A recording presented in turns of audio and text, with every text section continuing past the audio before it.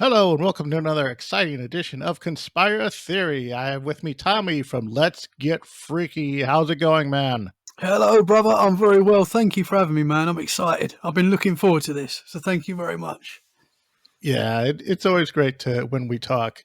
Mhm. It I think I was on your show recently, and now you're here, and we Yeah, just man. bounce back and forth. We've crossed paths like a lot in this sphere. It's either we're both on a panel Yeah. show doing an episode, or it's we're like complimentary guests of someone else's show. We rarely ever get chance to talk to each other face to Mhm. face like this. So this is great. I think we was on Where the Weird Ones Are together for Yeah, Conspiracy Tuesday. That was a lot of fun. yeah. Kevin runs a great setup up there. Yeah, man. I really enjoy it. I mean, I wish I could be on every single conspiracy show, but then I'd probably end up, because I got my caveat that I like to go with, and I probably like wear out my welcome really quick. So like, it's probably a good thing that we don't do that. Um, but this is your first time on my show that we've had a really chance to talk like on just you and me straight up. We've had like prior discussions on your show, but that was basically just me, just chewing off your ear. And now you've had several encounters that I find absolutely intriguing that I'd like to hear about. And also I'd like to get some background on you, and there's some other stuff that you've been doing that you got going on. You got like a lot going on right now, and I'd love to hear all about it. So let's go ahead and get started with the podcast. What got you out the door, so to speak? Oh, well, I've always been interested with the paranormal, conspiracy, high strangeness, cryptids. I've always had a fascination for it. I've always had experiences as well, like as a kid and then growing up. But I just started listening to podcasts, and I was obviously they were normally paranormal, and I was just thinking I'd love to do this one day. And it was always I'm going to do this, I'm going to do this, I'm going to do it. And it's sort of I was at work, and my job used to be quite long hours, and I didn't really get the time. And it wasn't until the lockdowns when the world stopped, and then all of a sudden you didn't have tomorrow. And that was a big wake up for me. As much as it was a horrible period, it was also like a kick that I needed to be like, you know what? If you want to do a podcast, don't wait till tomorrow because you might not get tomorrow. So and to be honest with you, I didn't start the podcast straight after that, but that was like, so the lockdowns happened and we were living in Essex, which is right near London in the UK. And we was in a flat, and we were sort of like everyone, we was trapped.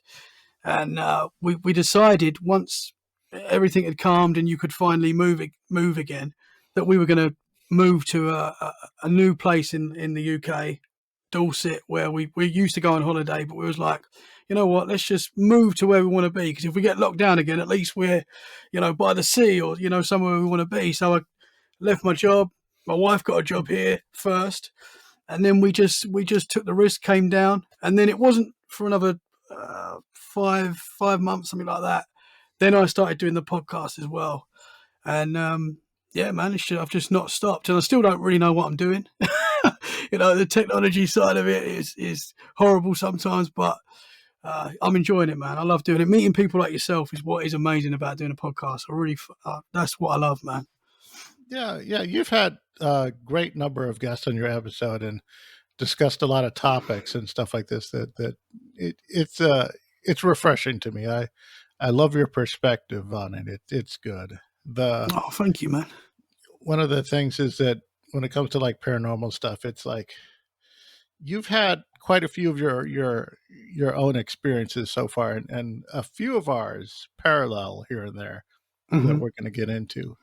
Yeah. But there's two that happened that really stuck out to me. Was one with where it looks like you saw Shakespeare in Hmm. your room, Yeah. and another That. one where you saw like a craft, like a city sized craft with like buildings and stuff on it, or I don't know. Hmm. You Yeah. go ahead and fill in the audience on what all those is. So the William Shakespeare I don't think it was actually William Shakespeare, but as a kid, that is what I put it to. That looks like William Shakespeare. You know, when I think back to, I should tell the story from the start. So basically, I was, it wasn't the first house I grew up in, but I was very young when we moved to this house, and it was haunted. Like, no doubt in all my family's mind that house was haunted. My mum, my dad, my brother, me, we all felt it. Um, it's fact we didn't really talk about it at the time because me and my brother were young, but it wasn't Mhm. until we left that house that my dad was like, "I'm so glad we got out of there because there was a bad vibe." I mean, we had good times in that house. Don't get me wrong; it was a good, we had good family time. We was there for a long time, really. But you know, I always had a weird feeling that something was watching me in the house. You would always hear weird noises during the night and during the day sometimes as well. And I was always one of those kids that would not sleep in the dark on my own in the room. You know, I was always up for if I woke up during the night, I was trying to get into my mum and dad's bed because I was always scared and always felt like there was something there. Um, and I know a lot of kids have that, you know. But so me and my brother shared a room at one point in the house, and we had bunk beds. And I remember waking up this one night, and you could see the layout of the room because the curtains that we had, they weren't like super thick, so that the street lights would come in. So if you woke up during the night, you could see everything pretty much perfectly. And we even had like Fred Flintstone curtains. I can remember. So you'd always wake up and see Fred Flintstone and Barney Rubble just looking at you. But anyway, this one particular night, I'd woken up and I looked down at my desk, and there was a man sitting there at my desk, full-bodied apparition. And I obviously was terrified. Screamed for my mum. At first, I'm not thinking that this is a ghost. You know, I just think there's a man in my room. You know, it was a full-bodied. It wasn't see-through. It wasn't. It was just solid. It was just a solid man sitting there. Obviously, the strange thing is that he looked like William Shakespeare. You know, that's when I see pictures of William Shakespeare. That's what he looked like. He had long brown hair, he had like a little beard, he had like this brown suit on with boots. And he was just sort of sitting there at my desk with his head in his fist, sort of looking in my direction. But he didn't even blink. Like from what I remember, he didn't blink, he didn't move. Um, and he was just there. And I just remember like just pure fear. My mum's come in the room. I'm about 10 years old, so I'm not super young. And I'm saying to my mum, there's a man, and I'm going mad. My brother didn't wake up, um, but my mum's gone over and she's trying to calm me down. I don't remember going through him or even like touching him or anything. She went over to that area, came back to me, and was like, and she was quite angry. There's no man in the room. Like, calm down. You're staying in your room. I think basically I used to get up every night and get in bed with mum and dad, and they'd had enough of it. I was 10 years old, and I had to stay in my room. And I just remember going under the covers, putting the covers over me, sweating. Like I was so like just so scared, man. And I just kept looking, and he was still there. This man didn't go anywhere the whole time. He didn't move. Like from what I remember, he didn't change his position. You know, he was sitting in that same position. And I just kept looking, and I just remember just literally and somehow I fell asleep after a few times of looking and him not disappearing. And I just remember waking up the next morning, he was gone. And I was just from that moment on, I was like, I've seen a ghost, you know. I just knew that it was, and that was a game changer for me. That was it. And I've carried on to be scared of the dark to this day. I still am very scared of the dark, and yeah, man. So that was my first big experience. That sort of, you know, that was the proof that I needed that the paranormal was real. Hmm. Did you like already have a desk and chair set up over there, or for him to sit in? Like, was Yeah, so he sitting in? we had like our bunk beds. The desk was sort of in the corner by the curtains, and there was a chair there, and then we just over to the left we had a little TV with a stand, And that's all we had really in our room. There wasn't too much going on in there, but it was a fairly big size. But yeah, my brother didn't wake up that night. He did see something in that room as well. My brother's a lot more skeptical than me now. So whereas I'm everything's paranormal, love the paranormal, I think my brother's interested by it, but he's still like, yeah, I mean, I did see that, but we was kids, and he was a little bit younger than me, so he was 3 years younger than me. He woke up in that room and he saw two red eyes just floating. And he said they just started moving towards him. And that was his thing that he saw in the room. He never saw the man. He wasn't as scared as I was as a kid, I would say, talking to him now about it. But yeah, man. But there was a lot of weird stuff in the house, like you'd hear noises. You would see things in the corner, right? Your classical paranormal activity in that house. I also did see in my mum and dad's bedroom, this was another weird one, and another full-bodied apparition. So I was in my mum and dad's bedroom. I think this was after seeing the man. Probably, I don't know exactly, but probably a year after or whatever. I'm not 100% sure. But I was in their bedroom and I was sort of mucking around. They had mirrors in their room and I was just sort of being silly in front of the mirror. I can't even really remember what I was doing. And a full-bodied, naked lady walked past me and went into my mum and dad's bathroom in their bedroom. Now, my mum's blonde, and I just thought it was my mum because it wasn't unusual for my mum to walk around naked sometimes. So a blonde naked lady's walked past me and gone into and I've followed her into the bathroom, and I was like, Mum, just started talking to her as if it was my mum. I remember walking into the bathroom and there being no one in there, and I was like, what the I was like, what? So I've run downstairs. Mum, did you just walk? Obviously she didn't. And she was fully clothed. And yeah, so that was another thing that I saw in the house. I would say another full-bodied apparition. Yeah. That is odd. And it's funny that everybody saw something different. Your brother, of course, he saw the red eyes and stuff, and that's a very common. I guess it's sort of a common trope in paranormal stuff to see a pair of red glowing eyes, and for them to be coming at you or something of that nature. I don't quite know what to make of it, but it is a fantastic thing that happens commonly, and it is really intriguing.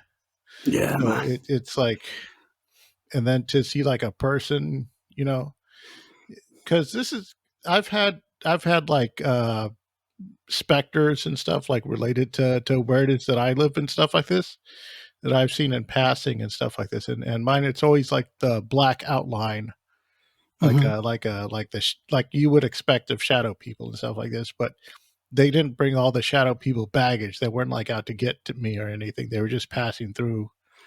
And it sounds like that's a lot of what happened with your initial experiences, I guess, with the exception of your brother, which is like really, that is something else. That is it was like only the eyes, and that, I guess we could like that to like more like a sleep paralysis thing, but I don't know if that's what he was in. Yeah, it's possible. He didn't tell me if it was a sleep paralysis, and actually it's a good question because sleep paralysis, as you know, is something I've had to deal with, and I don't know if my brother has. So I need to talk to him about that. Because I know it's quite common for people to experience sleep paralysis, but as you know, it's different for a lot of people. Yeah. Do you think that this was like a residual haunting, like a sort of like these like stone tape theory, like these were just replays? Possibly. What I will say as well is literally, whenever I've said on podcasts before, I say like half a mile away there was a graveyard. But I was talking to my mum recently, and she thinks the graveyard was actually closer than that. We had a graveyard close to our house, so there was like a little forested area just behind the house, and then the graveyard was to the left of that.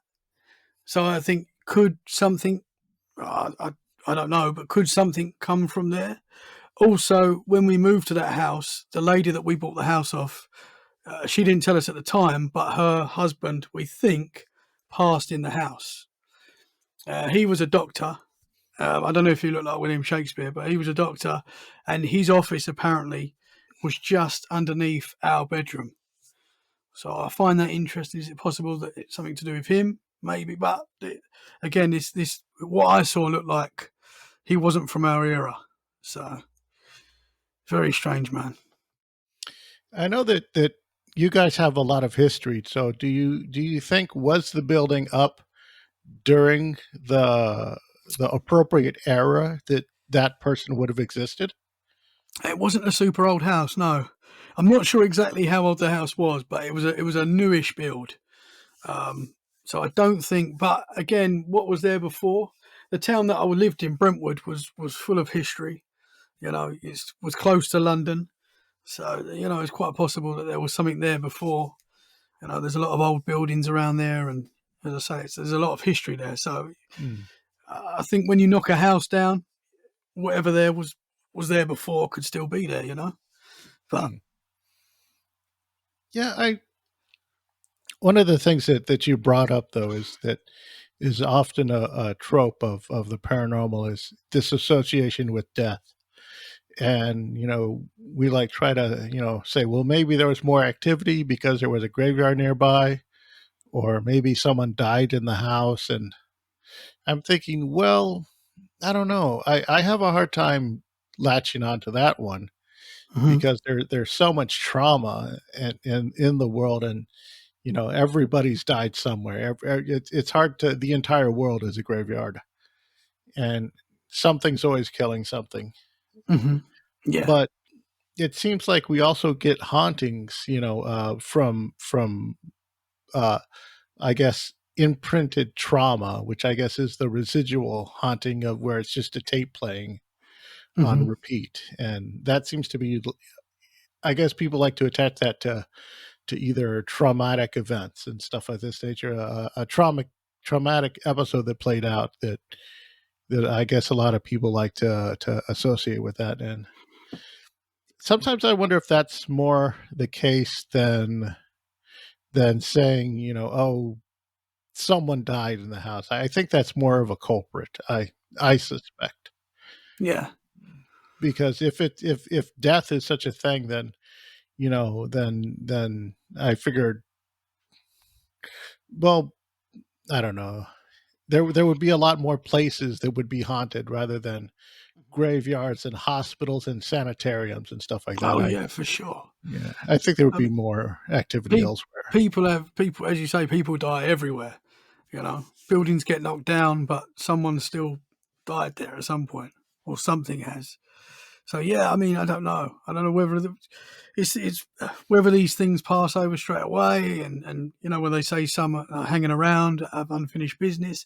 I don't know, but it's interesting, man. You make a good point. Yeah, yeah. So tell me about the UFO on the soccer field. I'd love to hear about that one. Yeah, well, this was wild. I mean, so I was 14 when this had happened, and we'd moved to a new house. So we wasn't too far away from where we was, but we was in a new place, and we used to play football in the street, soccer in the street, uh, every day pretty much. It was something we done, me and my friends and my brother. On this particular day, it was a lovely summer's day, blue sky. I can't remember what friends were. I'm sure I know what friends were there, but I remember my brother was there, 100%. And we was playing football in the street. Was having a game, and all of a sudden, one of us has gone, "Look, what's that in the sky?"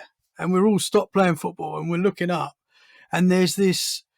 It sounds wild, but there's this what looked like a, a, a building just floating in the sky.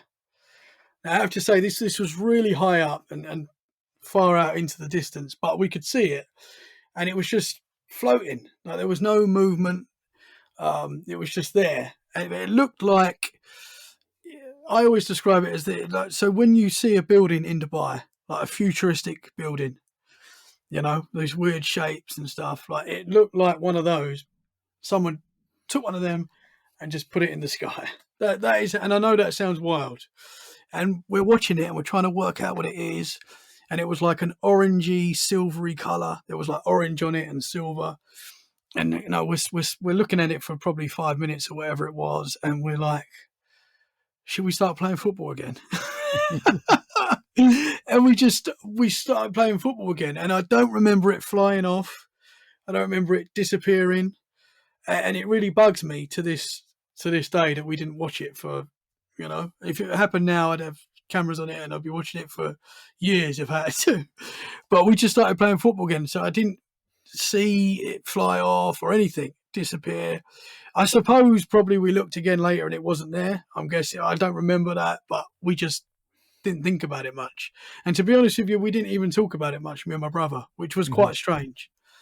Because I was always very interested in UFOs and stuff, so it was quite strange that the memory wasn't gone because it was clearly still there, but we just didn't talk about it, even though it was a pretty cool thing to see. Like when I think back now, it was amazing. But I was on Paranormal Heart podcast with Kat Ward, and she was like the first podcast that asked me to be on a show, and I was like, oh wow.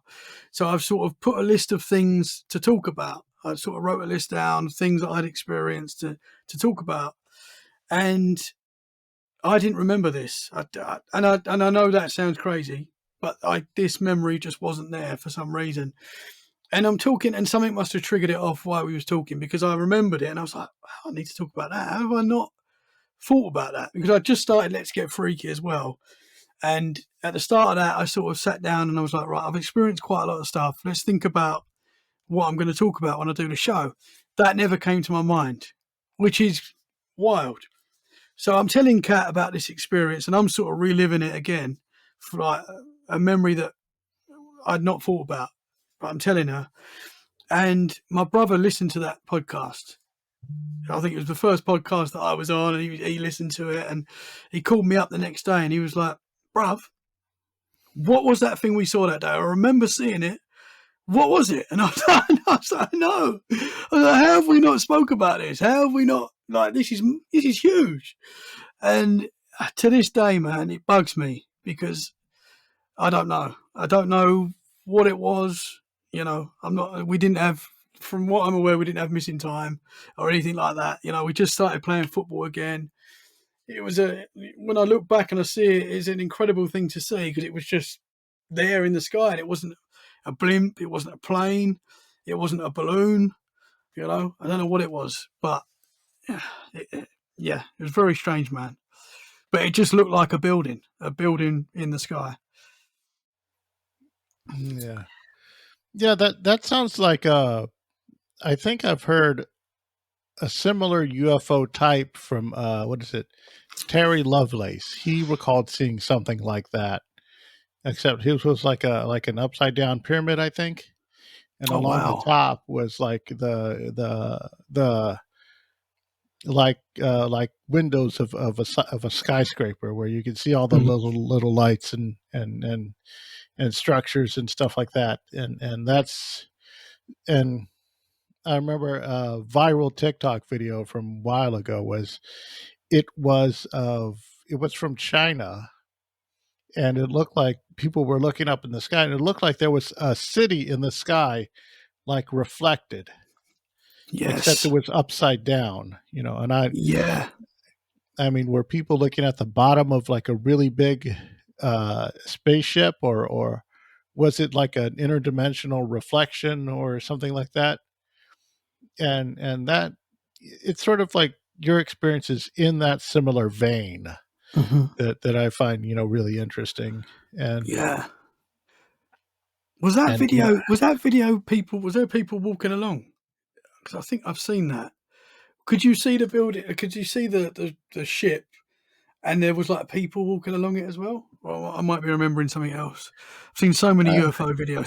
mm, It could be something yeah, else. there's so many things it could be. I think with that one in particular, I think it was just really high up in the sky, Hmm. and like really up in the atmosphere, and I think it was just you could barely make out the buildings, and they were behind the clouds, and the clouds were obscuring everything, so it was really difficult to tell. And Yeah. because of that, I think if these are all the same thing, or it's like a similar type of phenomena, you got to wonder, Hmm. if those things are real, what kind of, how does that work? You know, Hmm. Yeah, man. yeah. Are they always there, and we just every now and again get a glimpse of them? I don't know. Like a ghost, you know. Hmm. Are they always there? But sometimes the energy's just right that we whatever is needed for us to see in that moment. Because what was interesting for me that with that one and other, I have seen other weird things in the sky that I can't explain. But I was so happy that my brother remembered that because then there was no doubt in my mind that I've just dreamt that or he saw that as well. And as I say, we still talk about that now, and we just find it strange that we never really discussed it after that happening. Yeah, yeah. It seems though the weird stuff, it always has some kind type of protective veil about it, where it's like no wonder why it's obscured, and Hmm. you got to be like a special kind of person to really peek into it, or have some kind of you know macabre interest to really peer into it, because I believe that this kind of stuff happens to everybody, like by default. The thing is that it's just a weird thing, and they just, oh, that's a weird thing, and then they dismiss it, whether it's the phenomenon itself, throwing that effect on us like it did with you and your brother, and then we just don't think about it. Hmm. But it's, I don't know, I guess that's why the stuff is, on the fringes, that it is. Yeah. I think some people don't want to deal with it as well. Because I know a lot of people that will say to me that they don't believe in the paranormal, basically. That they'll, but at the same time, I know that they will tell me that they've had experiences. I've got family members that have had wild experiences and they'll just write it off. They're like, yeah, I could have been half asleep, and maybe they are. I'm not saying they're not. I'm not telling them what that they've seen, but I do think a lot of the time people, because you can't control the paranormal, like things happen and things can happen around you at any moment. If you fully believe in the paranormal, anything can happen, and that's scary. It's scary to a lot of people. It's scary to me, but that's what I think a lot of people sort of not dismiss it, but just sort of I don't know, just don't put any interest in it, and then it's not going to happen. Then I think once you're open to it as well, things can happen. You're inviting it in. Yeah, yeah. There's that thing where it's like when you stare into the abyss stares back, type of thing, and Yeah, for that sure. that applies to the paranormal as well. Hmm. It's like people can't have just one incident. It's often it pops back up. It's like you hear this with people who like do ghost hunting regularly. They'll often see a lot of UFOs, and then you have the Bigfoot people. They'll like experience a haunting and stuff. There's a lot of like crossover Hmm. and into all this stuff, and it's really interesting. Yeah. Yeah, Yeah, you look into the paranormal, it looks back. You yeah, know, 100%, man. yeah. Trying to get all these pieces and put them together, and it seems like there does seem to be some vetted interest. At least there was at a time, from like the skeptical side, where you had like Philip Glass and people like this who would go out of their way to defame and dismiss people in the early 80s and 70s, and conscientious efforts. And then we look back and now that was just to cover up government programs and experimentation and all this stuff, and and you got to wonder, it's like, well, if that mechanic is still applied, what's being covered up now, what's being done with now. I think recent story that we were both coming across was the New Jersey drones. I remember you had brought Hmm. that up. You said you wanted to talk a bit about that, Yeah, and man. I got to help but wonder, because we've heard the story of drones, going over. I think it was either in Ohio or Colorado, someplace where it was either in farmland, that these drones were just buzzing around, and it looked like they were, surveying, Hmm. and no one, knew who they belonged to or what, and there was like no traceability. And I think we're probably seeing that again in New Jersey. Do you know more about that? Can you fill me in? Well, I've been looking into it. I spoke to a couple of gentlemen last night that have been seeing these drones. They're based in New Jersey. And there's a lot of people seeing them, man. There's a lot of people putting it on their social media. I know we follow a lot of people that are into this stuff, so we're getting a lot of this. This story is really relevant for us at the moment, and I'm seeing a lot of people posting videos. What I'm finding interesting is that a lot of these drones are quite different in shapes and sizes. And now the hard thing is that it's difficult with social media, as you know, to tell. Like, 'cause someone can put a video out and say, "Look, I've just seen this drone, and it's a video from 3 years ago of something else." That does happen, so it is confusing. But from what I've seen, I find it interesting that the mainstream media is talking about it as well. That's always interesting when they start talking about it and they start reporting on it. Some of these drones are like as big as cars. Some are like orb shapes, and then there's other videos where there's multiple drones in one area. And when you've got the military saying they don't know what these things are, I find that very strange, man. It seems very, to end 2024 like this. What's 2025 going to bring, man? It's very strange, but Yeah, I interesting. yeah, I'll say that definitely. It's just it's a I feel like there is some like technological stuff going on, and we're kept in the dark about it. Hmm. Because if you remember, like during the Maui fires, people were seeing green laser beams coming down from the sky. They Yeah. captured videos of it, and this I kind of think I feel like this is the same. Like I want to liken it to that Hmm. because it seems like the most relatable, where there's strange stuff in the sky, and it's not exactly a UFO. It's something that seems a bit more grounded, but it's still out of place. It's something out of place, and with that, it's a lot to take in. And as Hmm. far as everything, every single one is just a piece of the puzzle. And as far as putting them together is what it is that we could do with it. That is interesting. I don't know. More Hmm. of it that comes out, the more, the more pieces that we get. And it seems like that's all we get is just more and more pieces to try to put together and see how they fit. I don't know. I Hmm. I want to go into it some clandestine government program. That's my go-to. I Yeah. don't know that it's aliens and stuff like this. I feel like it's something terrestrial. Hmm. Yeah. I mean, I think there's obviously definitely technologies that our militaries have got that they're not going to tell us about. 100%. And I get that. Um, but yeah, man. You also think as well they're making this such a big talking point.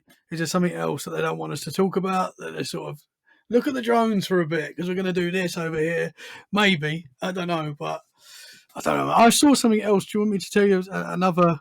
I put it down as a UFO, but this was very strange. Another objects that I saw in the sky. This Yeah, this was yeah, when yeah. I Go was ahead. in my 20s at this time, and it was a summer's day. So obviously this is probably 10 years after I'd seen the other UFO when I was 14, but around that sort of time, me and my wife, we had a flat in the same town pretty much, just a little bit further down the road. And we was on the top floor of a 4-story flats building. And me and my mother-in-law was just talking one day, and we were standing by the window, and it was, as I say, it was a nice day, clear sky, and we had like this little forested area across from our flat, and out of the forest, 3 objects came out, and they were quite small. They were only like the size of like a basketball or something like that. But there was 3 of them, and they were like a silvery color, like, and they were constantly changing shape. So me and my mother-in-law are watching them, and they are like, literally they seem like they're connected. So they seemed like they were like moving around each other, but they weren't actually touching. But they seemed to be like evenly spaced out connected, and they were sort of like moving around slowly, like rotating around each other. But at the same time, they were constantly changing shape. So it was like balls of energy, but they were like a silvery, and they were quite. So I sort of, when the Terminator melts at the Hmm. end of the film, and it's like that silvery. It looked like that sort of texture. It was like that, and they were just. Me and my mother-in-law were like, "What is that? Like, what are we? What is it? Is it a balloon? Are they balloons? Like, what are they?" And they were just constantly changing. And we're watching this for about 5 minutes, and they're literally just going up and up and up and up and up. And we got a good look on them for quite a while. And then all of a sudden, they went flash, flash, flash, and just shut off, all three of them. And we just looked in shot, and we was like, "What was that? Like, that was amazing. Like, no idea what it was." The annoying thing is, I did actually have a phone that I could have recorded that on at the time, and I didn't even think about recording it. But it wasn't until after that I was like, "Oh, I should have recorded." But at the same time, we were just so like in it and watching it that, and we still talk about it now. Me and my mother-in-law, when we're at parties and stuff, we still say, "What did we see that day?" And you got the other family members looking at us like, because I'm now the crazy guy in the family that does the paranormal podcast. So anything I say, they're like, "Okay, Tom, yeah, yeah, yeah." But we both saw that, and again, it was me and my mother-in-law that experienced that. So that's cool that there was two of us that saw it. And I put it down as a UFO, but UFOs, but I don't know what that was. And I've never really seen anything close to it on video or anything like that. But that was very strange. And for me, if I'd not seen them move off in the fashion that they did, the flash, flash, flash, how they sort of shot off into the sky, I probably would have been like, okay, it must have been some sort of balloon, that was just floating up. But the way Yeah, they shot off was so different to anything I've seen. It was very strange, man. yeah. So I don't I know what mean, that was. yeah, they do make balloons with that sort of texture, with that sort of uh, I guess whatever material that's Hmm. like silver and reflective. They do that, but those things are gigantic. Yeah, And if you'd seen one of those, you'd know that that's what it was. But with this, it was something totally different. hmm, yeah, Yeah, and I'll very be honest, strange. when it comes to like taking pictures of it, I don't think our cameras are equipped or for that. Even though we could like take nice photos of like the city and stuff like this, and selfies and stuff like that. I feel like when it comes against the sky itself, I feel like there's too much. The It's like the cameras are like purposefully ill equipped to handle that, and I feel like Yeah, that's by design. Is that we're interesting. never going to get a good thing anyway, because that's just not what they're built for. Yeah. They're built for you know, taking backdrops of at the tourist stop or whatever, Hmm. to take the biggest ball of yarn and stuff, and to take a picture of the kid's graduation. It's not for hunting aliens and Yeah. ghosts and stuff that we use it for. That's interesting. Do you think they could possibly do that on purpose so that we can't get good pictures of? Or do you just think that's just how they're built and they're not meant for that? Yeah, I think it's both. I think it's one and the same, where it's like, yeah, they're not built for that, but then that's sort of like a benefit, because it's like an unintended benefit. Hmm. That that's just one of my little personal conspiracy theories, that Oh, I think if that's we do interesting, see man. any little thing anyways, that the phone's not, it's not the right kind of equipment to take that anyway. Yes, yeah. If it's something like, say, a GoPro or something like that, then yeah, maybe. But Hmm. if it's like stuff in the sky, there's like a specific, when you're doing that kind of photography, there's a specific set of parameters that you have to set your camera to Yeah. be able to get that, and none of the cameras are by default set to that. So in order to do that, you'd have to do like a lot of you know uh, finagling with the settings and all that stuff, Yeah. if Yeah. even modern cameras can even do that. Hmm. So It's I because don't know. we had what was it, maybe a couple of months ago now, but there was the super moon. And I remember leaving work and like looking up at it, and it was like looking massive and beautiful. And I was like, I'm gonna get a picture of that on my phone. And you try and take a picture of the moon, and it's just a blur. It could be anything in the sky.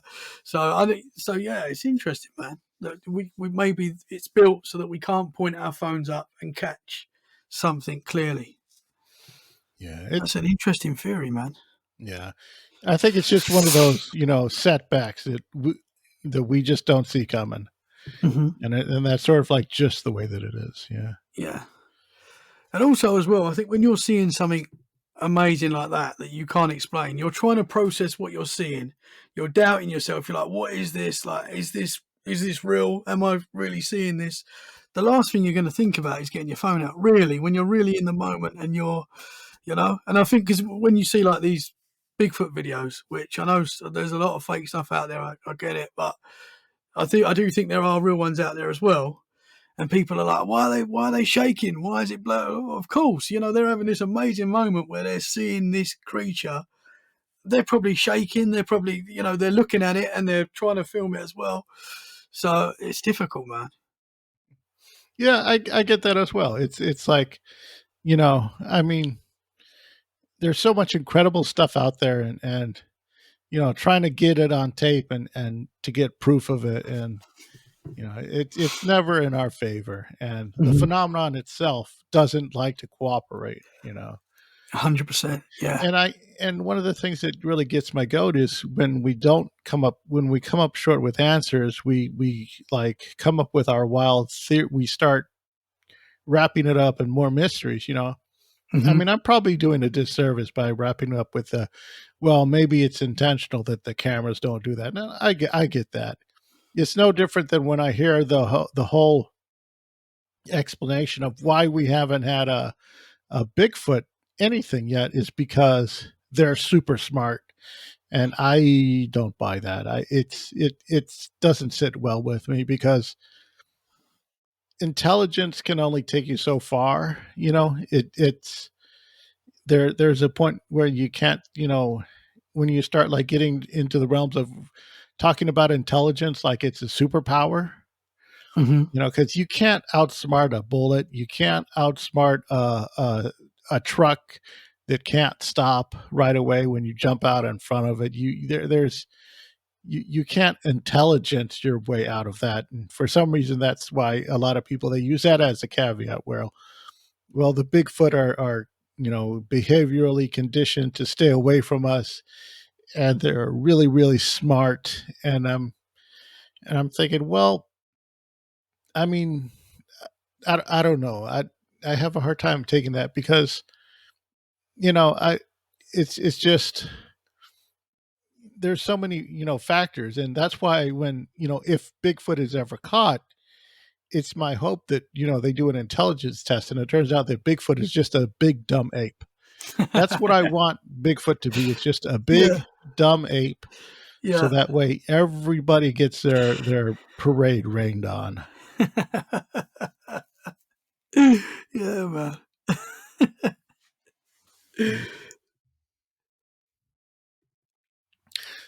So when it comes to one of the things, I guess we'll sort of wrap up a little bit on the paranormal stuff and just relax for now. But the thing is that when you and me first got talking, I Mhm. noticed you had a lot of stuff going on in social media wise, and I think you used to do stand up comedy. Is that right? Yes. Yeah, I did. I did. And you know what? I'd love to do it again one day. I've sort of stopped doing it now since sort of having kids and stuff. And I saying that I was still doing it when I had kids, but I sort of not fell out of love with it, but well, I guess I did in a way. Actually, I'm saying I did fall out of love with it. I didn't really want to do it, and I think now I always used to look at comedians and say like, why are comedians normally a bit older? Normally comedians are like in their 40s, 50s, and I used to think like, why was that? And now I get it. I think you get to an age where you're ready for it. I know that there's a lot of young comedians and there's a lot of young, great comedians out there, but I Hmm. feel like the best ones are in their like 40s, 50s, and older. And I feel like I get that a bit more now. Um, I'd love to do stand up again, man. It's the best feeling when it goes well. It's the best feeling. I've been on stage and died a few times, so that's not the Yeah. best feeling. But yeah, man, I'd love to get back into it one day. Yeah, that's cool. I was going to say, would you like to tell a joke? Oh man, I mean, believe it or not. So if you listen to Let's Get Freaky, I don't really swear, and it's not that I don't swear, but I don't know why I don't swear on it. I just don't on the show, and I'm not against swearing either. But when I used to do stand up comedy, I was like the total opposite. Every word had a swear word in it. I was sort of like this um, really exaggerated version of myself. In the UK, there's a saying where people, I don't know if it's in the US, but you call some people like chavs. I don't know if you've heard that, and it's sort of like the how do I put it in a polite way? Like your scumbags, basically. and I used to sort of play up to that character. That's what I was on stage, and I'd swear and stuff like that. And yeah, it was great fun, man. I love doing it, but. And I think if I did it now, if I started it again now, it would be completely different. I've changed so much since doing it that I would do it a different way. Like it wouldn't be that chavvy character that I used to be. It would be me, but just doing stand up. I'd like to do that, man. I'd like to get back to it. That's a long way around of saying, no, I don't have a joke ready. Yeah. Yeah, I don't have a joke. I was more of a storyteller anyway. I wasn't really a joke. Yeah. My jokes weren't great. That's why I'm not doing it anymore. Yeah, because I know that the UK comedy scene is really different than the American scene. In the American scene, we have East Coast and West Coast, and then there's a whole bunch of Midwest comedy, which is sort of like its own thing. The flyover states, as we call them, and I've heard some sets from UK comedians and stuff like this, and it's a different world, but the jokes are still there. Everybody's still calling each other the F slur. It's always ball busting and getting on each other's goats and stuff like this, and that's sort of a universal thing that I think that translates to even in the American comedy. It's like you get the best stuff when you're ball busting. 100%, man. And it's sort of like it builds up this camaraderie, because then you get people who they're really good at it, and they work well together, and you think that these people would hate each other the way that they talk about each other, but they're laughing and smiling the entire time as they're fun. slinging these hard insults at each other. And it's like that's a friendship on a level that you don't see, and I guess what's going on with or what was going on in comedy was sort of like, I guess people would try to, I think new scenes in comedy would try to start up, and I guess there was some people fighting for turf and whatever, but the point is that whatever the scene is, the audience is going to show up to what they enjoy, whether you like it or not. And I think it's that, the old style comedy and stuff, I really don't think it's going to go anywhere. I mean, you talk about how you get older, but that scene, that mentality is still there. It's just you had to grow into it, type of thing is sort of what it feels like. Yeah, for sure. Yeah. And they talk about how like the most comedians are like really damaged people and all this stuff like this. Yeah. They're normally very miserable people, but not all of them. That's shouldn't say that, but that the real reason why I actually fell out of love with comedy, and especially here in the UK, is because of the censorship side to it. So I used to love the fact that you could go on stage and say what you want. It might offend some people. Of course it is. Some people are going to get offended, but especially in the UK, the media started sort of, and in the US as well, started cancelling people for saying certain things, saying jokes. And I was like, you know what, that's not a world I want to be in. And that was something that sort of made me love podcasts even more, because it's your show, it's your freedom to do what you want. You can say what you want.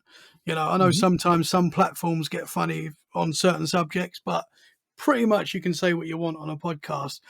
And that is why I fell out of love with comedy, because there was a stage, what was it, 5 years ago, whatever it was, where it really was becoming very safe. And I didn't like that. I really didn't Mm. like the fact that, you say the right jokes and you're going to get on telly and stuff. And I was like, no, that's not for me, man. I like free speech. I didn't like the censorship. And I think recently, and it's only like, I would say the last, I don't know, you just recently had the Tom Brady roast on Netflix, and stuff like that, I think has saved the world, not just comedy. I think it saved the just to be able to say what you want to say. And I was watching that Tom Brady roast with the new comedians, and I was like, oh man, I could cry, because this is like free speech is back, baby. And that's recently why I'm like, I would like to do comedy again if I can say what I want, and you know, and I think that's what comedy is. It's a bit dangerous, and you should be able to say what you want. I know, if you're going to get offended by something, just don't go and watch that person perform. You know. Yeah. Well, the thing is that the disconnect is people personalize everything. Hmm. And it's like it's not about you. It's we're laughing at the situation, and the thing is everybody is the butt of the joke. Yeah. There's everybody has their turn in the barrel, so to speak. And we have like like what you were saying, that's echoed by comedians like Ari Shafir, who's like Yeah. he's talking about, comedy needs to be dangerous again. It needs Yes. to, and of course it's easy for him to say because he's like trained in like taekwondo, and if anyone jumps on the stage, tries to kick his ass, he could whoop him. But the Yeah. thing is that I mean, it is dangerous in a sort of way. But when this new audience came in of, and I think it was a collection of tourists also, where people come in, they're not here to stay because of the love of the game. It's a stepping stone for something else. And Hmm. there's a lot of projects and industries that have been torn down by, tourists trying to, they expected to use as a stepping stone. But what happened is they didn't have the talent to move on to that next, field. Hmm. And even though they were primed and they had agents and the door was held open for them, they didn't have the merit to step through because they just weren't good enough, because they didn't have that they weren't challenged in any way, like properly challenged. They were catered to. And that's where we have the, instead of laughter, it's clapter or lap, what do you got, not laughter, clapter, where it's Oh people man. applauding what someone says, right? And it's just, Yeah. whatever, politically, whatever expedient, safe point, punchline, and then everybody claps, and it's not Yeah. a That's not challenge thing. comedy. It's not crowd work. I mean, we have pioneers like Lisa Lapinelli, who's, she's gone crazy now. But the point is that she was the hardest, meanest woman, ever. And then we have, and she was like practically the female version of Don Rinkles, and all these greats that are just coming in. And then there's, and like you were saying with podcasting, that sort of led birth to this sort of underground, this sort of movement, this Hmm. underground railroad where, it's got a few stops at like at places like Compound Media, Gas Digital, Legion of Skanks, Louis J. Yeah. Gomez, Sam Tripoli, and stuff like that. All Yes. these Yeah. guys that are just, these dangerous individuals. And you I have love your Sam safe Tripoli. people like Matt Rife. I hear Matt Rife. He's very safe and whatever. And but the thing is, he's getting dangerous now. But Hmm. he's got this large, acceptable, safe audience. But he's delving into this dangerous stuff. And then once he did that, the cancel people came after him hard, and Hmm. he just slapped right back. And with that, gained a lot of respect in the industry when people thought that he was probably just a fly-by-night guy that was just given a leg up because he was attractive, Hmm. but then he's shown that he's got what it takes to stay in. And Yeah. it's just, and then we'll have people like, what is it, like, who feel like they have a right to it or something like that because, you've heard of the Joe Rogan bump. Like, we all love Hmm. Joe Rogan, Hmm. but a Yeah. lot of his orbiters think that just being in the same room with him means they're somehow entitled to a special. Like, we have Yeah. Brendan Schwab, who comes in, he releases like terrible stand-ups. He's the butt of jokes. He's pretty much suing a guy on YouTube for making fun of him. And No even though the way. YouTuber is a piece of shit, it's the principle of the matter Yeah. that he can't take it. He can't keep That's his head above wild. water. And then we have, people that I don't know if they're aging out of it, but they're like they're losing touch. Again, the Rogan bump where we have uh what is it, the bear guy who takes his shirt off all the time. Yeah, I know Um you mean. Yeah. Oh, what's his name? Oh, there's I'm another terrible one, at names. the two bears in one cave, those Yeah. guys, Yeah, I know Tom you mean. and something Bill or Butch or whatever Segura? it is. Is it Segura? Segura, yeah, Tom Segura. Yeah. And then the other guy with his shirts off. Yeah. Oh, what's Ah, his name? Oh, it's gonna bug me now. I, Google. Google. he made that movie about the machine, and it was so good. I loved it. I laughed I laughed my ass off because he's great as that bumbling buffoon character. Yeah. But I guess it's like Tom Segura and stuff like that. They're so out of touch that you know that he's Tom Segura. He's infamous now for getting in fights with his audience. Oh And wow. and I remember there was one where he had a show where it was him. It was two. It was I believe it was an episode Two Bears in One Cave, and they had Jimmy Kimmel, and people are mad at Jimmy Kimmel because he's anti-comedy now. He grew up on he came of age sort of on the Man Show, and he went one direction politically, and the other guy, Adam Carolla, went another direction. I mean, they're both the same. They didn't change, so to speak, but their trajectories went differently. They adopted new audiences, and the audience for Jimmy Kimmel, I mean, Tom Segura and all those stuff, they hated Jimmy Kimmel so much that they were like attacking him like on the live streams on the show, like calling him an asshole and all this stuff. And then of course the guys, because it's like, well, this guy's an industry insider, he's one of us, so you gotta, so fuck the fans. And that's when I get all pissed off, is when Hmm. it reaches a point to where people get all about shitting on their fan bases, forgetting where they came from and stuff like that. Yeah. And Yeah. it's like they reach this plateau, and then it's like, well, I'm infallible now. I don't have to associate with what brought me here. It's Hmm. sort of, let me pull up the ladder behind me. Like, people accuse Howard Stern of doing that, like he got out of touch, and I could just go on and on and on and on. They What lose themselves. They do lose Yeah. themselves. Yeah. 100%, man. Yeah. You've got to remember where you came from always. Like I'm. You know. I'd like to think we'd all do that in that situation. Yeah, I pretty much had to chew off your ear on that one because, I mean, I do feel strongly about comedy and stuff like this because I love comedy. Yeah. It's fun. It's also, I love the dangerous aspect of it as well.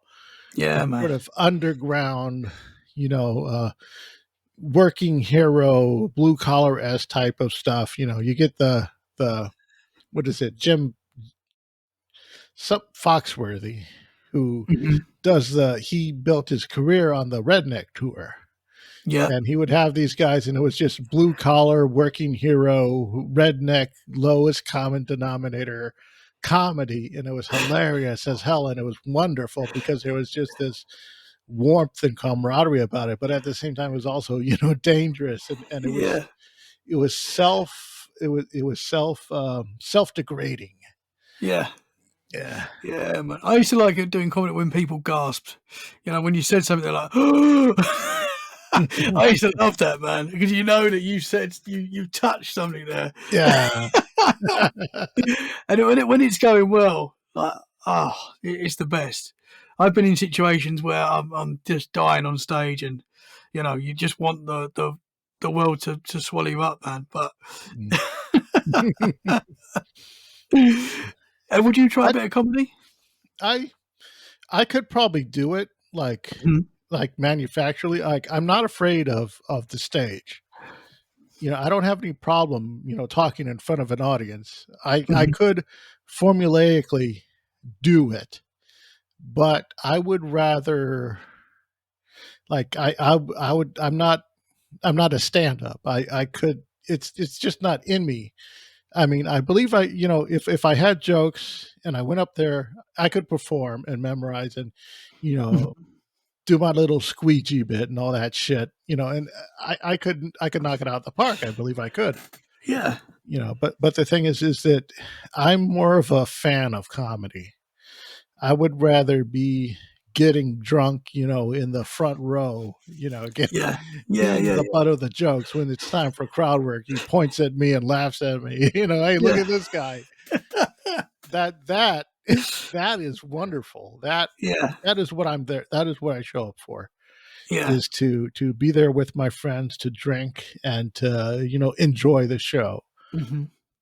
The And energy it's of kind a comedy room is yeah, is something else, man. When everyone's having a good time and that energy just is right, you can't beat it. And I used to like, smaller rooms, small venues with a lot of people in, and that energy is just it's magic, man. It really is. yeah. I've gone to like several podcasts slash comedy shows, and they've had some where they've had like like I keep talking about this is the Dabble Con, where I have this personality called Skinny Chad, which it's a parody Yes. of another comedian, and I mean, acting in this universe is I've won awards for it. I got them on my shelf here. The the trophy awards, the Dabbies. I'm a like multi award winning, for doing comedy shit.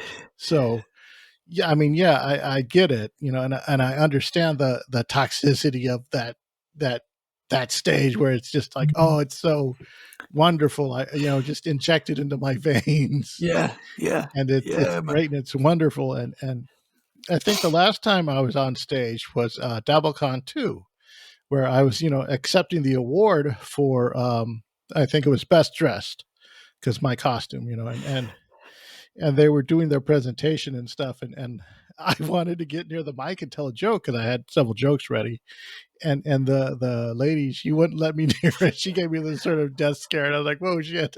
but No. but until I did that, but I was still being a fool up on stage, so I had this beer can with me, and it was sort of my prop, a can of Coors, because that's your thing. And then I just took the can and just crushed it on my head, and the audience lost it. And it's that instinct for comedy that I think you and me, we have that, and we're it like whatever the situation is that we can make it great and funny, and I think that's part of why your show is so entertaining, because you're running on that instinct, Oh, that you thank you, man. have good instinct. um and so I mean, if you ever want to like get together and talk comedy and shit like this, yeah, I'd Yeah, love to man. do it, Yeah, like have a 100%. panel show on comedy, one of Yeah, those I've like always said I would like if I was to do another podcast, the other podcast would be like a comedy topical show where we talk, nonsense basically, but just have fun and comedy. It'd be a comedy yeah. show. I'd love to do a comedy podcast one day, Yeah. man. I got an idea. We could probably try this out. We'll talk to Kevin. He runs Yes. this roundtables, and Mhm. I'm sure that we could like bring up a comedy topic, and then we could just Let's go do it. off on it because Yeah, 'cause man. when we're all together, you, me, Kevin, Shane, we just lose it. We just go on and on and on and on. But if it's something a bit more structured, because there's so much potential for laughs there that we can actually let ourselves loose on, I think that would be great. Yeah, man. Yeah, 100%. Yeah. 100%. We could You definitely try can't that. you can't beat it, man. When you're all connecting as well, and you're enjoying the moment. It's the Yeah. best. Yeah, Yeah, let's and do it. I think that's probably where I'm best is when I'm part of a panel.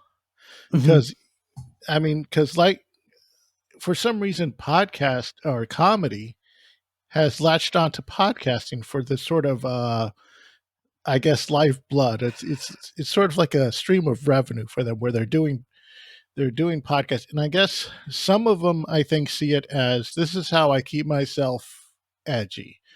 Hmm. This is how I keep myself sharp by running the weekly podcast, talking to other people, keeping my instincts sharpened, Hmm. my skills Yeah. honed. And others see it as like, well, I'm guesting on other podcasts. I just do my material, and stuff like this. And sometimes it works, sometimes it doesn't. Hmm. Where you're there to be part of the conversation, not so much sell your album. Yeah. I mean, Yeah. leave that for the radio interviews, Yeah. the dying That's it. medium of Yeah. radio. Yeah. The Leave it 10-minute for interviews. that. Yeah, but in the because these podcasts, these comedy podcasts, they're not going away. They're I think they're stronger than ever. They're practically their own economy, Hmm. and I find it. I'm marveled by it. Hmm. Yeah, You- man. Yeah, I would love to do. I'd love to do a podcast because with Let's Get Freaky, and I love doing Let's Get Freaky, Mhm. but it's normally serious because I'm talking to people that are sharing experiences. So I'm not. I don't want to make jokes because they're Yeah, they're having a moment where they're telling me something. And it's hard to yeah, talk yeah, about yeah. paranormal experiences. But I would love to do a show, and sometimes when we're doing round table, as you said, when we're doing round tables and we're talking conspiracies, and it's relaxed. It's not. Yeah. We can have a bit of fun and make jokes. I'd like to. I do like that as well. I love that, man. When Yeah, you can. yeah. I'm sure that you could probably like have an episode or two where you just dedicate it just to trying that out, so that way Yeah, you're not really risking it with your regular momentum. If it works, it works. If it doesn't, it doesn't. And the thing is, like, with the serious stuff, every now and then, we need like a departure for that. We need something else. for sure. Like Yeah. just the last episode, I was talking with Riley from Midwest Mythos. And in the last half, we got into anime. We were talking about anime and video games. Hmm. And that's sort of like our I mean, there's so much serious stuff that we deal with in paranormal that you got to get a release from it somehow. You got to 100%. like all that stuff, it builds up, it weighs on your shoulders, and you got to shake it off somehow. Hmm. And I think that Yeah. that's why some people do that. And there are paranormal podcasts that are written with comedians, Yeah. Oh, yeah. like Yeah, for Sam sure. Tripoli, Yeah, I love uh, Sam Tripoli, man. paranormal Karen Wantowski, Yeah. Yeah. paranormal Karen. Yes. Yeah. Uh, I'm sure there's a third one because, of course, the comedy rule of threes. I, Roseanne Barr, she talks Yes. Yeah. she talks conspiracies all the time, and Yes. she's a broken woman, but she broke comedy. She She destroyed is it. funny. She is a Amazing. legend. Yeah, 100%, man. Especially with conspiracies as well. I don't know about you, because obviously the paranormal and the conspiracies obviously come in hand in hand. You can't really Mhm. have one without the other. When you go into these rabbit holes, man, yeah, it can make your brain go boom. So it is nice to have a release from that, and to because Yeah, it can send you mad. So it is absolutely. nice to have a. It's good. I think that's why that works, because they're talking about pretty heavy subjects, and to have that bit of comedy break in the episodes as well, it works because you're taking in a lot of wow, and then a joke, to sort of lighten the mood a little bit. Yeah. Yeah, Yeah. man. And I mean, comedy, it's always going to be around. It's going to evolve. Mhm. Like during the 90s, 80s and 90s, comedy specials were just sitcom pilots for networks. That's all that they were. I mean, look at the Tim Allen. He all Yeah, of his comedy specials, and Jeff Foxworthy. They were practically pitches for NBC and ABC to do sitcoms, because yeah, that was the stepping stone. If you wanted to get into acting and you weren't good looking, you'd better be funny. yeah. And then that way, then the comedian would then step into the role of acting. They would then become an actor like Danny DeVito and stuff like this. Although I think he was a thespian to begin with, but he was just so good with comedy. Mhm. And you look at Yeah. Robin Williams; he's like Oh one of the man, what a dude! he's one of the greatest actors out there. That's probably because he's got that comedy stuff and that comedy bug. But he sees, but you look at his comedy specials and they're just raunchy and disgusting and filthy Yeah, and just yeah. all over he goes low, like really He low. It's like he holy used to he used to get blamed for stealing material as well, didn't he? Robin Williams, like he was quite well known for taking material from people and stuff. I mean, yeah, I love yeah, Robin Williams. I don't want to yeah, talk I bad of the man. I love him, but that is what a lot of people say. He had yeah, to I've pay. heard of that. I Mm, think it was him. Yeah, he got like, I guess he would get accused of it, but I don't know if it ever slowed down his momentum. I think oh no, when first, man, he was. You couldn't stop that man. yeah, and that brings up another thing is with the joke stealing that you're talking about. There is that there's a lot of parallel thinking. There's a lot of coincidences. Like, I mean, if you and me have jokes about Bigfoots, like 3 or 4 jokes about Bigfoots, some of them are going to sound really, really similar 100%. because Yeah. we're on the same beat. That's just the craft. Hmm. But Yeah. there were people out there that were like deliberately stealing jokes, and I think that's what led to the rise of Joe Rogan. Was during the time that he was doing that, I think it was Carlos Mencia, or as they like to say, Carlos Manstila.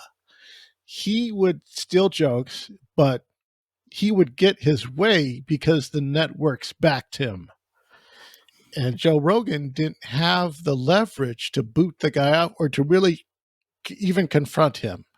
Hmm. So then, through the power of podcasting, Joe Rogan was able to get his word out because the radio stations, they're subsidiaries of the networks. They're not going to listen to him. So, in the spirit of this sort of underground movement of the sort of, backwoods radio and this stuff through podcasting, he was able to, to really put the spotlight on what Mencia was doing. And that's history. Hmm. And I guess that's Yeah, sort man. of, that's why I guess that's why maybe that's why comedy has always had a stronghold on podcasting because Hmm. it's a form of self-preservation too. Yeah, man. Yeah. And it goes back to what I think is so great about a podcast is that you have your own podcast, you can say what you want on it. There's no you're the editor, you're the you do the whole job. You're the CEO of that podcast, man. So and that's what I love about it. There's no one Yeah. telling you can't say this, you can't say that. We don't want you to talk about this. Mhm. It's literally it's up to you what you do, man. Yeah, absolutely. So what are some of your biggest influences on comedy and stuff like what do you because I've been telling you all about the Legion of Skanks and all this stuff. What do you enjoy? What brings you Oh, around? one of my favourite comedians, and it's funny because I don't always agree with everything he says, but it's just his face can make me laugh. Is Ricky Gervais. And I Hmm. know he's quite a controversial character, and he says a lot of things that some people don't like, but I like that. I like that he doesn't care and he says what he wants to say. And it was actually The Office. I don't know if you remember the UK office, which was before the US office, which is what really made Ricky Gervais like blow up. It was like, wow. When I first saw that and I watched The Office for the first time, I was like, this. I would literally cry, like, and I could watch the same episode over and over, and I'd cry at the same bits. I just thought it was amazing. And then obviously Ricky Gervais he started doing stand up and was doing these big tours and stuff. And I've been to a couple of his shows. I've been to one quite recently. He's not his last.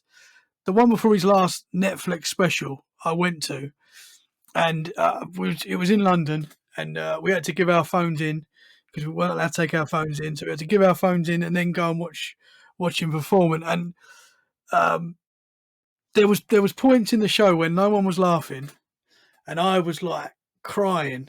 Like, and I've got this when I really laugh, my laugh I know is quite annoying, but I can't help it. I've got a bad laugh, and I'm just like just screaming and crying of laughter at his face.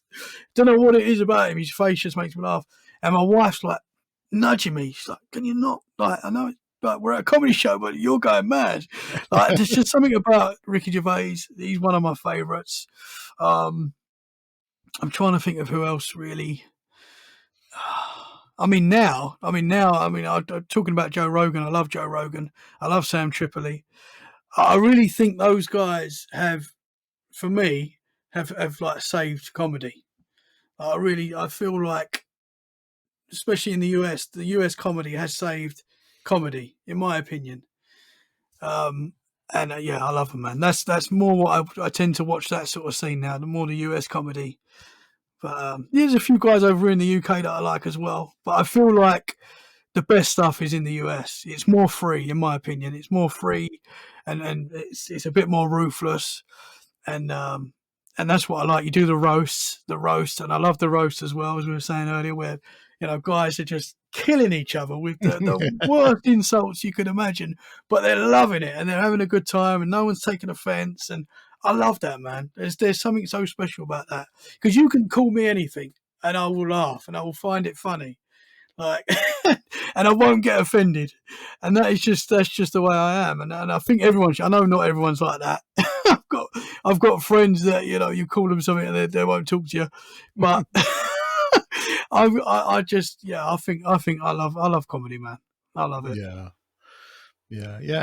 Yeah. You do bring up that point about how people are trying to preserve it and safeguard it Mm-hmm. because there have been deliberate attacks on comedy. I think it was Oh, for sure. um, I can only recall this through the Legion of Skanks.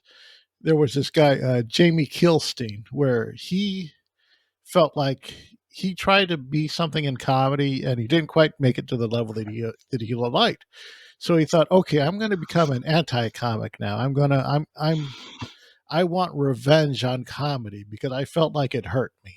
And then he did anti-comedy, which was, the safest stuff, the most politically expedient stuff. And some people felt like he burned bridges. He turned on his audience. He did all the wrong things. And then eventually, the side that he was catering to, which is notorious for taking people out and notorious for canceling people, then Mm-hmm. came after him. So he got bit by the hand that fed him in a sort of way, or that Yeah. he was feeding.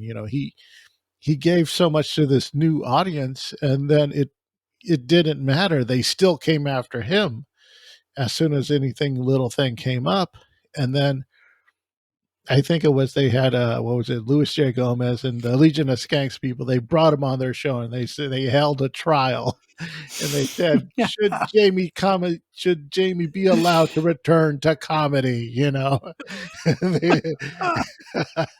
And it's funny, and in that way, and now he's back. He's Yeah. back. He's doing it. He's everybody loves seeing him again. He's rebuilding all those friendships that he had broken, but it just Yeah. showed you that there was, this sort of, looming cloud of people trying to, get the trying to get everyone and pull them down, and it's just this sort of ebb and flow, Mhm. and I guess that just shows to the testament of how through podcasting and through the deep comedic roots and stuff of this is that the battle is still raging on. Mhm. Yeah, but they let him back in, and that's the main thing. He Mhm. messed up. He did mess up, but he got a second chance, and they let him Yeah, back in, which is cool. I don't know why anyone would want to cancel anyone. I really don't. I mean, yeah, there's some subjects out there that are not nice, but you just don't have to listen to it if you don't like it. You know what I mean? Why would you want to cancel anyone? And yeah. yeah, yeah. I get that, and I guess that's sort of like an American thing, and I guess it's one of our worst exports that we've given to other countries is culturally is cancel culture, and Yeah. I mean, I always love the dangerous underground stuff, the restricted content, the Mhm. parental advice, what have you, and all that stuff. I Yes. love that stuff. It's the dirty stuff, and this has been going on, since like when Tipper Gore first came out and tried to restrict, check everybody's ID at the Two Live Crew concerts, and stuff like this, and then she implemented the system which you had to slap warning labels onto albums like warning contains offensive material, and then that became a badge of honor, and it Yes. backfired. Then all the albums, they would go out of their way to get that sticker on it, Mhm. like it was a seal of approval. Yeah. Yeah. And I Well, it's guess like cancel culture, I guess it's backfiring on people too, because I don't know that it's as strong as it is now. And I guess that's the change that's happening, Mhm. why people feel more confident that they can do more. Yeah. I feel like the cancel culture, it just got too much and it got too ridiculous. And that is what happens when you cancel something, then okay, we'll cancel this, we'll cancel, and eventually you won't be able to say anything. So, and I think I'm so glad that there was a fight back, and I think that Tom Brady roast. Did you see that Tom Brady roast No, on I haven't, but I've Netflix? heard of it. I've heard it's good. I watched that, man, and I can't tell you how happy that made me because I just felt like that was like, yeah, we're back. Like, there's no, you can't. Like, it was the biggest show.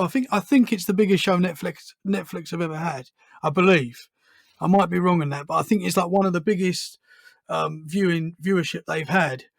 That tells you all you need to know. And if you watch that, like, it was pretty ruthless. Like, the comedians were obviously raiding Tom Brady, but everyone was getting it, and it was great to see, man.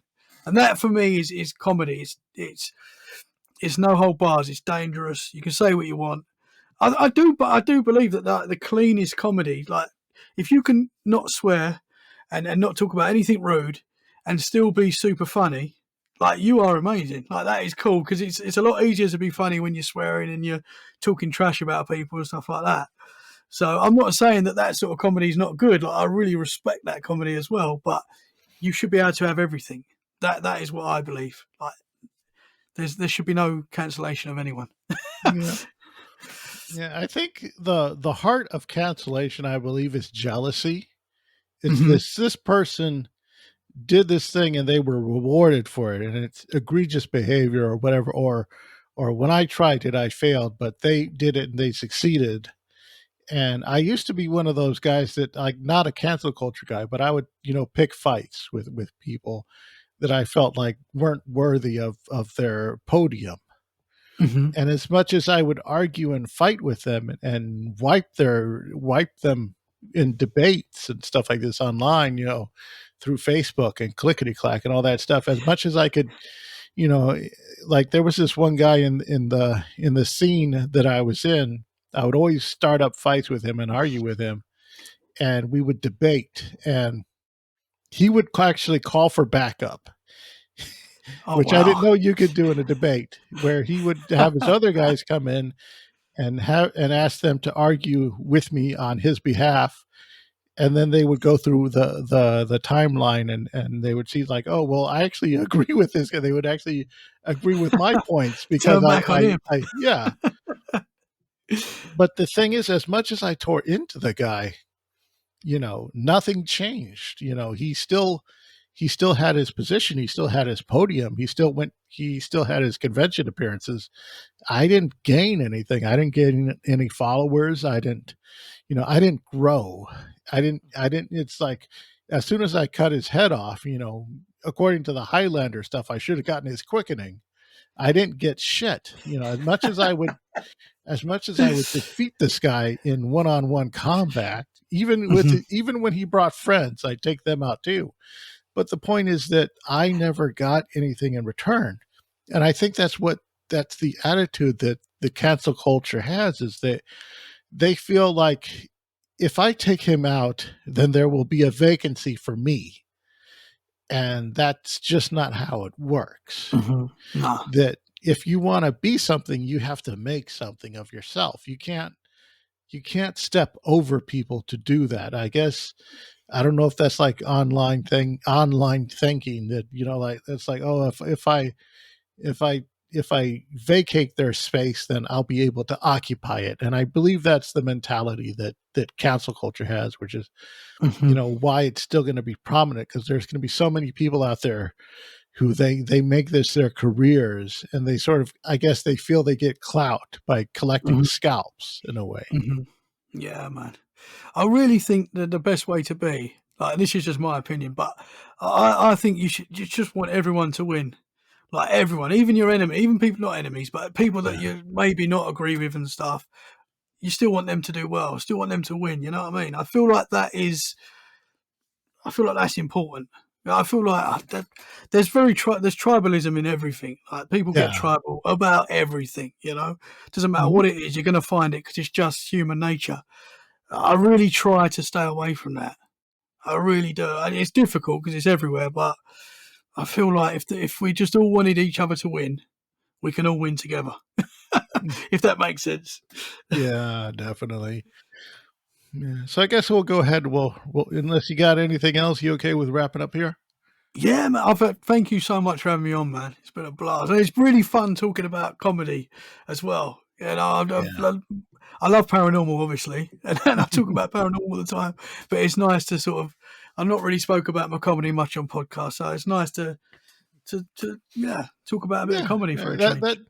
That's one of the things that I like to do, is to talk about people's other interests besides the paranormal stuff, because it's I mean, so many people are into so many things, and we have so much more in common than I think we realize. 100%.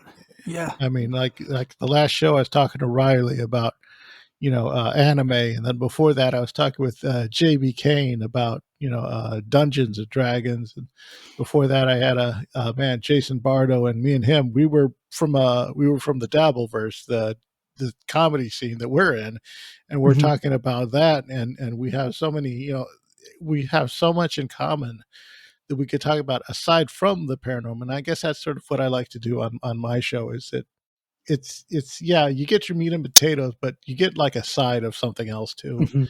And thanks for coming on and being a part of that. No, thank you. It's been an honor. Thank you very much, sir. I've loved it, man. So let people know where they can reach you. So we are on all the main podcast platforms: Apple Podcasts, Spotify, Tommy Cullum's Let's Get Freaky podcast. Also recently started doing the YouTube as well. So we're on YouTube as well. And we're also on every social media platform that you can think of: Instagram, X, TikTok, Facebook. We're everywhere. So if you want to come and say hi, man. But yeah, thank you very much, brother. It's been a blast. All right. Thank you. This was great.